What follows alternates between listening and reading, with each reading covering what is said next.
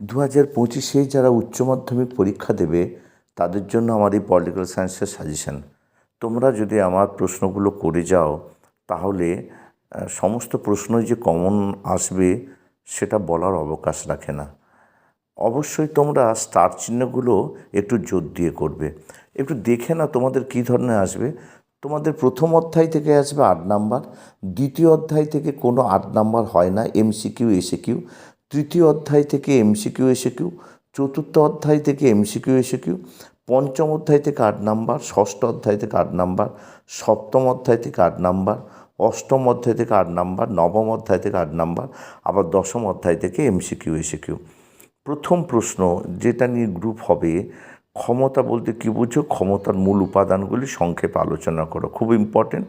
অথবা জাতীয় স্বার্থ কাকে বলে, জাতীয় স্বার্থ রক্ষার বিভিন্ন উপায় বা উপাদানগুলি উল্লেখ করো। জাতীয় স্বার্থের সঙ্গে পররাষ্ট্রনীতির সম্পর্ক বা বৈদেশিক নীতি নির্ধারণে জাতীয় স্বার্থের ভূমিকা কী।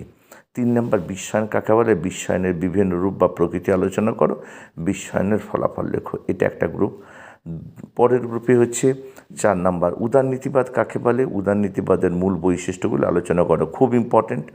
5, গান্ধীজির সত্যাগ্রহ সম্পর্কিত ধারণাটি আলোচনা করো। 6, মার্ক্সের রাষ্ট্র সম্পর্কিত তত্ত্ব এবং শ্রেণী সংগ্রাম তত্ত্বটি আলোচনা করো। এবার 7 নাম্বার খুব ইম্পর্টেন্ট, ক্ষমতা স্বতন্ত্রকরণ নীতির পক্ষে ও বিপক্ষে যুক্তিগুলি দাও। 8 নাম্বার, এক কক্ষ দ্বিকক্ষ বিশিষ্ট আইনসভার পক্ষে ও বিপক্ষে যুক্তিগুলি দাও।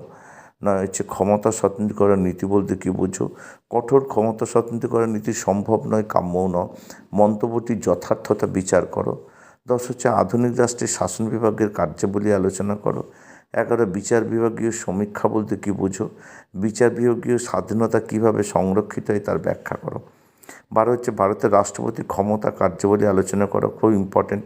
তার ভারতের যে কোনো একটি রাজ্যের মুখ্যমন্ত্রীর ক্ষমতা পদমর্যাদা আলোচনা করা, এটাও খুব ইম্পর্টেন্ট। 14 হচ্ছে ভারতীয় পার্লামেন্টের ক্ষমতা কার্যাবলী আলোচনা করো, এটা খুব ইম্পর্টেন্ট।